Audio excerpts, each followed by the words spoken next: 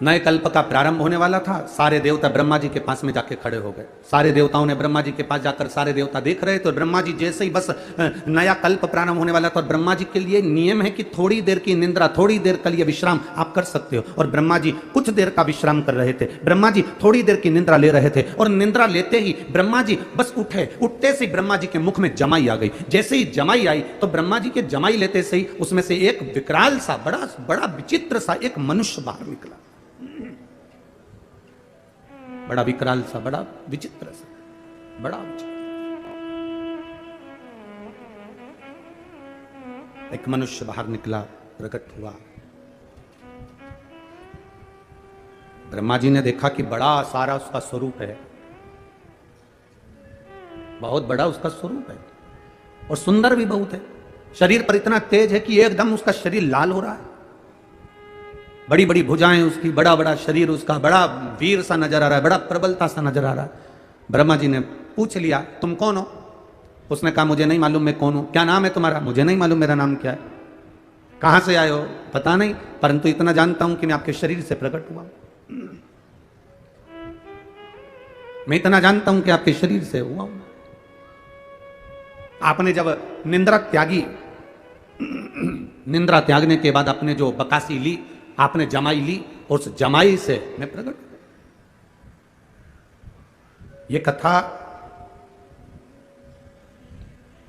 आपको मालूम होना चाहिए, और केवल छत्तीसगढ़ वालों के लिए नहीं, पूरे विश्व के माताओं को यह मालूम होना चाहिए कि तुम्हारे मांग में जो सिंदूर भरा होता है, हनुमान जी को जो सिंदूर चढ़ा हुआ होता है, गणेश जी को जो सिंदूर चढ़ा हुआ होता है, माता के मांग में जो सिंदूर भरा हुआ होता है, वो सिंदूर आया कहां से था?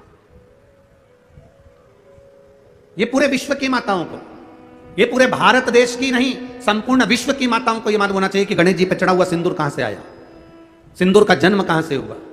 हनुमान जी पे चढ़ा हुआ सिंदूर कहां से आया, उस सिंदूर का जन्म कहां से हुआ। नारी के मस्तक पर जो सिंदूर भरा रहता है, वो सिंदूर आखिर नारी के मस्तक पर आया तो वो सिंदूर का जन्म कहां से हुआ, उस सिंदूर की प्रबलता क्या है,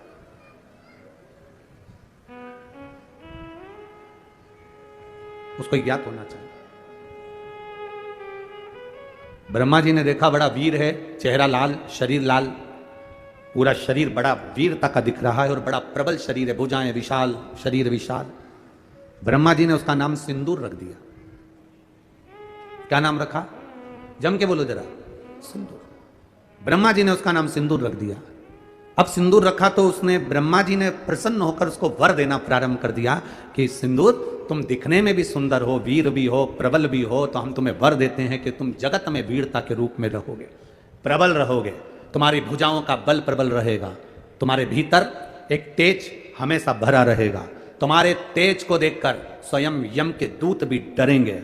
ब्रह्मा जी कह रहे हैं, तुम्हें बल इतना दे दिया, तुम्हारी मर्जी पड़े तुम वहां रह सकते हो, पूरी सृष्टि, पूरा ब्रह्मांड तुम्हारे लिए है, तुम कहीं पर भी अपना राज्य बसा सकते हो, तुम कहीं पर भी रह सकते हो। हमारा वर तुम्हें देते हैं, तुम कभी क्षय नहीं होगे, मरोगे नहीं।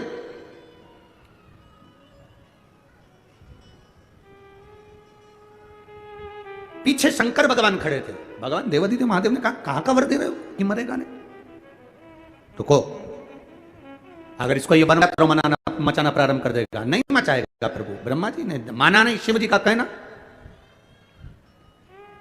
तुम्हारी भुजाओं में बल रहेगा, तुम जिसको चाहो अपनी भुजाओं के बल पर तुम दमोच सकते हो, मार सकते हो, पीट सकते हो, तुम किसी को दबा सकते हो। बस सिंदूर को वर पर वर मिल गए ब्रह्मा जी के। इतने प्रसन्न, क्योंकि औलाद ब्रह्मा जी के मुख से जमाई करने पर, ब्रह्मा जी के मुख को बकासी आने पर, जमाई करने पर यह बालक निकला, तो प्रसन्नता हूं, मेरा पुत्र है, मेरा बेटा। एकदम ब्रह्मा जी ने सब दे दिया, सब ब्रह्मा जी ने दे दिया।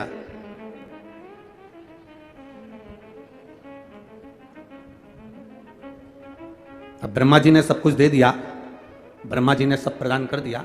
सिंदूर गया, सिंदूर ने विचार करा कि मेरे को इतना सारा वर मिला, एकाध वर ऐसा मिला है कि अपनी भुजाओं में मैं सब कुछ दमोच सकता हूं, तो मैं जरा अपनी भुजाओं के बल को ब्रह्मा जी से ही तो शुरुआत करके देता।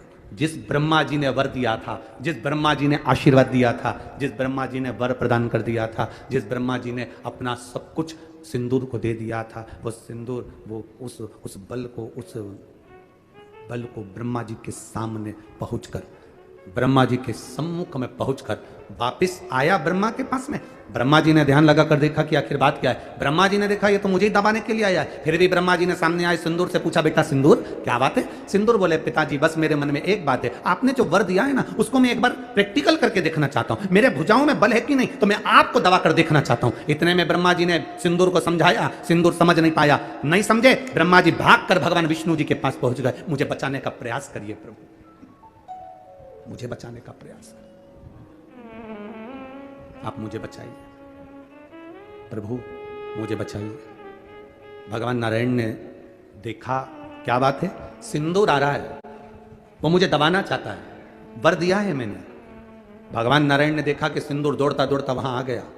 भगवान विष्णु ने सिंदूर को देखा और सिंदूर को देखकर भगवान विष्णु ने उसी समय पर समझाने का प्रयास करा, सिंदूर ये तुम्हारे पिता हैं और तुम इसे दबाना चाहते हो। सिंदूर कहते हैं मैं उनको नहीं दबाऊंगा, आपको दबा के देख लेता, मुझे तो प्रैक्टिकल करना है, कहीं पर भी करूं। नारायण को दबाने के लिए सिंदूर आए तो नारायण ने सिंदूर को समझाने का प्रयास करा। सिंदूर ने कहा कि तुम मुझे दबाना चाहते हो तो मुझसे प्रबल तो देवादिदेव महादेव हैं, जाओ उनको दबाकर बता दो। सिंदूर ने कहा यदि मेरी भुजा में इतना बल है तो देवादिदेव महादेव कहां रहते हैं? कैलाश पर, मृत्यु लोक में। सिंदूर आ गया कैलाश पर, मृत्यु लोक पर, भूमि पर, मृत्यु लोक की धरा पर, यह पृथ्वी पर, कैलाश पर आया सिंदूर। सिंदूर जैसे ही कैलाश पर आया, आते से सामने से मां के केश खुले हुए थे, पार्वती जी के केश खुले हुए। मां बड़ी सुंदर, मस्तक पर बिंदी कुंकू की लगी हुई है, रौली की बिंदी है मां के मस्तक पर, नैनों में सुरमा है मां के, लाली होठों पर लगी है मां के, केश खुले हुए हैं मां के। जो सिंदूर ने माता पार्वती जी का दर्शन किया, जो सिंदूर ने मां जगत जननी का दर्शन किया, बस भोलेनाथ जी के पास तो बाद में गया, पहले माता पार्वती जी का हाथ पकड़कर खींचकर अपने साथ ले जाने लगा। जगत जननी के शब्द की गूंज पड़ी, शब्द की गूंज, पार्वती मां चीखी। माता पार्वती जी चाहती तो उसको मार देती सिंदूर को, कब का, पर मां ने मारा नहीं है, क्योंकि माता पार्वती को यह मालूम है कि सिंदूर जब अपने ब्रह्मा पिता को दबाने के लिए गया था तो ब्रह्मा जी को क्रोध आ गया था कि मेरा बेटा होकर मुझे दबाने आया है। सिंदूर तुम मुझे दबाने आया है, मैं तुझे श्राप देता हूं, तेरी मृत्यु होगी तो पार्वती के पुत्र गणेश के द्वारा होगी। यह उसे वर मिला था। तो पार्वती जी को मालूम है कि फालतू में अपनी एनर्जी खत्म करने से कोई मतलब नहीं है, मरेगा तो मेरी औलाद से ही मरेगा, तो काय को फालतू का टेंशन ले अपन। पार्वती जी सिंदूर को मार सकती थी, नहीं मेरा पुत्र मारेगा, मेरा बेटा मारेगा। देखो हाथ पकड़ा, चीखी मां, आवाज लगाया, शिव जी को क्रोध आया, शंकर भगवान दौड़ कर आए और शिव जी दौड़ कर आकर तुरंत त्रिशूल उठाकर सिंदूर की छाती पर दिया, पर वर था कि मरेगा पुत्र के द्वारा, शिव नहीं मार सकते। छाती पर दिया, लात मारी, दूर जाकर फिकाया। सिंदूर को लगा मेरा बल कम हो गया, यह कोई साधारण नहीं है।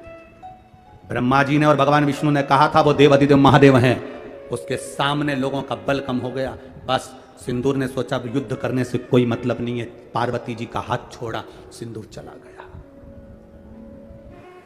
समय आया गजानन के रूप में, सिंदूर के जिस नगर में सिंदूर रहता था उस नगर में श्री गणेश जी महाराज गजानन बनकर गए।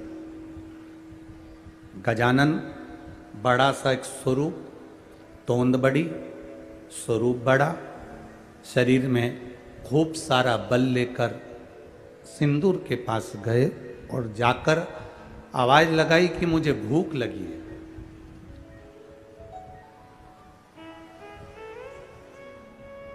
मुझे भूख लगी है, भोजन दिया जाए। सिंदूर अभिमत्ता में था, अहंकार में, उसे अपनी बल का, अपने राज्य का, अपनी सत्ता का, अपने वैभव का बल बहुत था। अब भगवान गणेश जी महाराज बड़ा सा रूप रखकर भोजन करने के लिए गए, इसको अभिमान था, बहुत बहुत विचित्र। गणेश जी ने कहा मुझे भूख लगी है, गजानन बनकर आए, भूख लगी है, अहंकार में फूला हुआ था सिंदूर। सिंदूर अहंकार में फूला हुआ था। क्या है भोजन? सिंदूर ने अपनी सभा में बैठकर कह दिया कि इस बच्चे को भोजन कराओ, जाओ बालक को भोजन कराओ। सिंदूर ने कह दिया छोटा है, ये छोटे से बच्चे को जाओ भोजन करा दो। गजानन भोजन करने बैठे, सिंदूर ने कह दिया जिमाओ छोटा सा। अब इनको क्या मालूम था वो छोटा बड़ा भारी था। एक बार में जितना परोसा गया था वो तो एक ही बार की थाली उठा के निपटा गया। दूसरी बार परोसा वो भी खा गए, तीसरी बार परोसा वो भी खा गए। जितना सिंदूर के यहाँ का भोजन था सारा खा गए। द्वारपाल दौड़कर जाकर बोले सिंदूर महाराज वो तो पूरा खा गया, कुछ नहीं बचा। सिंदूर के मैं राजा महाराजा, क्या कमी, लाओ और दो। वो और खा गया। आखिरी में सिंदूर को लगा मैं पार्वती जी का हाथ पकड़कर इसलिए ला रहा था कि उनके घर में औलाद ना हो। ब्रह्मा जी ने कहा गणेश जी का प्रागट्य होगा और तेरे प्राण हरेगा। सिंदूर की बुद्धि में आया ये कहीं गणेश तो नहीं है, गणेश तो नहीं। तब सिंदूर उस बालक के साथ में युद्ध करने के लिए आतुर हुआ। और सिंदूर जब बालक के साथ युद्ध करने को आतुर हुआ तब गणेश जी महाराज ने सिंदूर के प्राणों को हरने के लिए जो प्रहार करा अंकुश का, ऐसा प्रहार, तड़पने लगा सिंदूर, तड़पने लगा।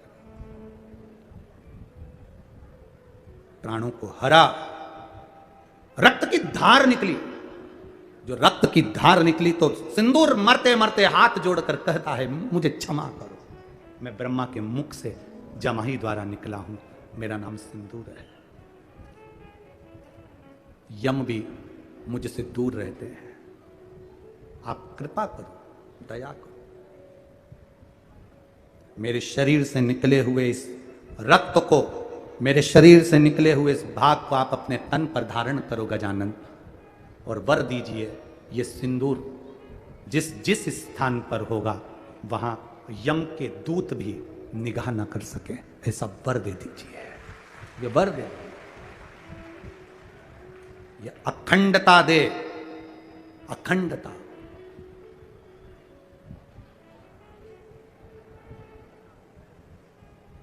तुमने मेरी माता का हाथ का स्पर्श किया है?